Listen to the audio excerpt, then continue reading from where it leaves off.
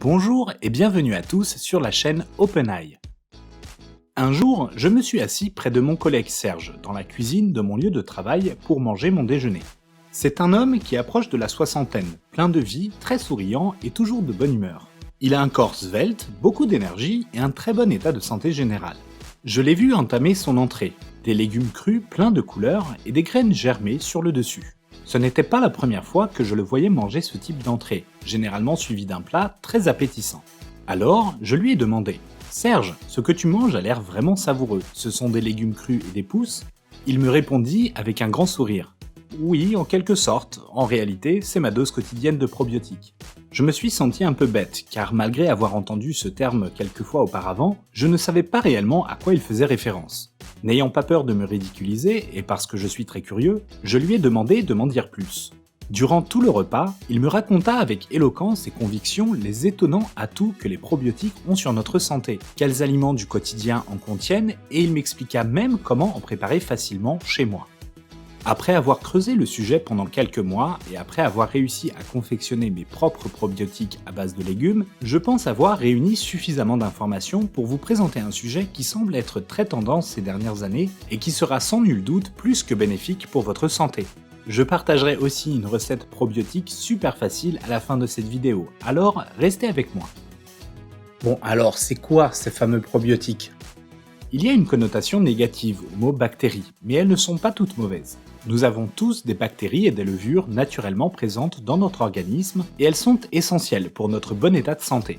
Les bactéries positives jouent un rôle clé dans de nombreuses fonctions de notre organisme, comme notre digestion, notre immunité, mais aussi dans la régulation de notre poids ou de notre transit. Les bactéries les plus connues et les plus nombreuses sont les bactéries intestinales, qui nous permettent de mieux transformer les aliments afin d'en tirer le plus de nutriments possible. Afin d'entretenir et de nourrir les bonnes bactéries présentes dans notre flore intestinale, aussi appelée microbiote, et de conserver un bon équilibre, nous pouvons consommer des probiotiques. Les trois classes les plus connues sont les bifidobactéries, les lactobacilles ou les levures type levain, utilisées pour la préparation de bière ou de certains pains. Ah, je crois que ces quelques termes scientifiques vous rappellent quelque chose. Mais si la pub Actimel qui vous vantait les mérites du L-caséi, ou les yaourts Activia ou Bifidus Actif qui vont aider votre transit et protéger vos défenses naturelles, bah voilà, c'est ça. L'utilisation des probiotiques naturels via notre alimentation ne date pas d'aujourd'hui. Cela fait des milliers d'années que nous en consommons sous différentes formes. Mais alors, pourquoi ce sujet est-il autant d'actualité ces dernières années ? Eh bien tout simplement car de nombreuses personnes souffrent de maladies ou d'effets liés au manque de probiotiques, provoquant chez eux des inflammations, des allergies, une prise de poids, un affaiblissement de leur système immunitaire, des troubles du transit intestinal, voire l'évolution de certains types de cancers.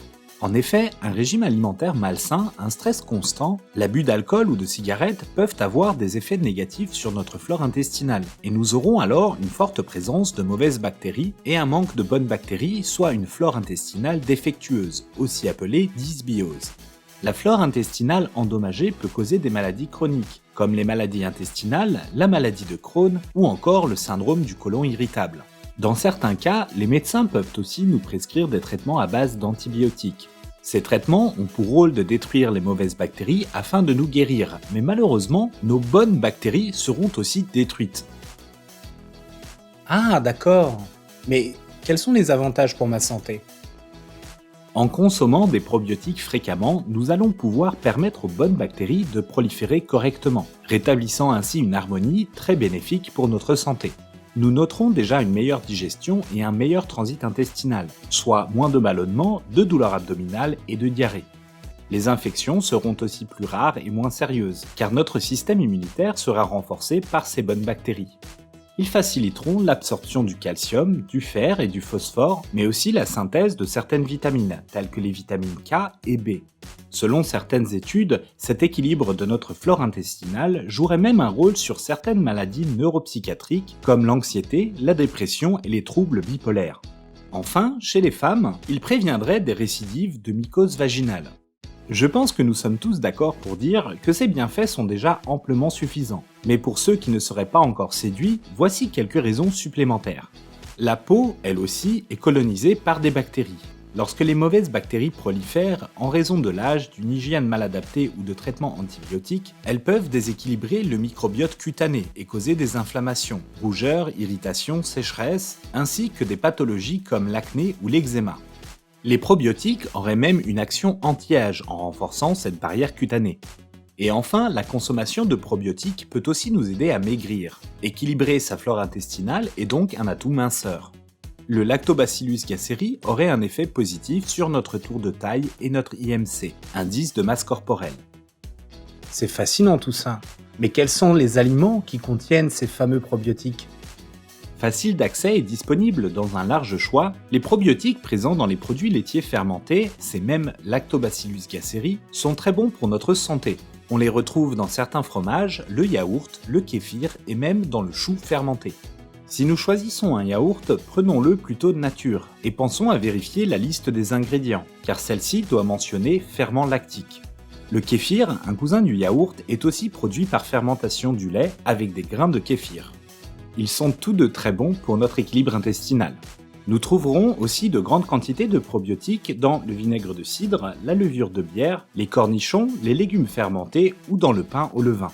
Les légumes crus tels que les carottes, les radis, les betteraves, les poivrons ou encore les différents types de choux sont déjà de bonnes sources de probiotiques. En mangeant une carotte crue, nous allons assimiler environ 50% de ses nutriments, vitamines et minéraux. En revanche, si nous faisons préalablement fermenter cette même carotte, notre corps pourra accéder beaucoup plus facilement à ces nutriments et en absorber jusqu'à 95%. En effet, les enzymes et les acides de notre estomac peuvent détruire une grande partie de ces probiotiques. Ce sera seulement dans nos intestins que ces bactéries et nutriments induiront les effets bénéfiques dont je vous ai parlé précédemment, et ces aliments fermentés auront bien plus de chances d'atteindre leur destination. On entend souvent le terme probiotique naturel pour vanter des compléments alimentaires sous forme de gélules ou de poudre. Ne nous laissons pas piéger par ces adjectifs. Il n'y a que des probiotiques naturels, les micro-organismes de synthèse, ça n'existe pas, ou pas encore. Ces bactéries peuvent être réfrigérées, desséchées, mises en gélules, ça ne changera aucunement leur nature ou leur efficacité. Il est cependant préférable d'opter pour des gélules entérosolubles qui se dissoudront seulement après avoir atteint les intestins, ou des gélules gastro-résistantes qui résisteront aux enzymes et acides de notre estomac pour un maximum d'efficacité. Il y a un très large choix de ces compléments alimentaires sur internet. Alors, après avoir fait mes propres recherches, j'ai sélectionné pour vous les 3 que je pense être les meilleurs si vous souhaitez faire une cure de probiotiques. Vous retrouverez les liens et un court descriptif dans la description en dessous de cette vidéo. Mais je dois en consommer tous les jours ? Les probiotiques sous forme de compléments alimentaires peuvent être pris par cure d'1 mois à renouveler plusieurs fois dans l'année si besoin. En raison de leur relation avec notre immunité, il est bon d'en consommer davantage au début ou à la fin de l'hiver. Ils sont aussi recommandés à la suite d'un traitement à base d'antibiotiques. En parallèle, avoir une alimentation diversifiée et en prenant soin de consommer fréquemment certains des aliments cités précédemment devrait vous aider à conserver le bon équilibre de votre flore intestinale. Leur action est temporaire et de courte durée, il faut donc en consommer régulièrement pour avoir une réelle efficacité, comme le fait mon collègue Serge.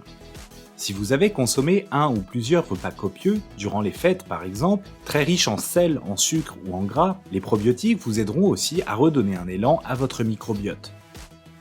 Y a-t-il des effets indésirables ou des contre-indications ? Il n'y a aucune contre-indication, nous pouvons en consommer fréquemment, cependant, pour les probiotiques en gélules, suivez bien les consignes, car elles doivent souvent être prises au moins 30 minutes avant le repas. Pour les femmes enceintes, celles qui allaitent ou les personnes ayant des maladies qui touchent au système immunitaire, merci de demander l'avis de votre médecin ou de votre pharmacien avant de prendre ces compléments. Comme promis, voici une recette facile pour préparer vos légumes probiotiques en 15 minutes chez vous. Un grand merci à tous ceux qui partageront et commenteront cette vidéo. Si vous souhaitez soutenir ma chaîne et voir davantage de contenu utile, alors cliquez sur les liens qui s'affichent à l'écran. Merci et à très bientôt.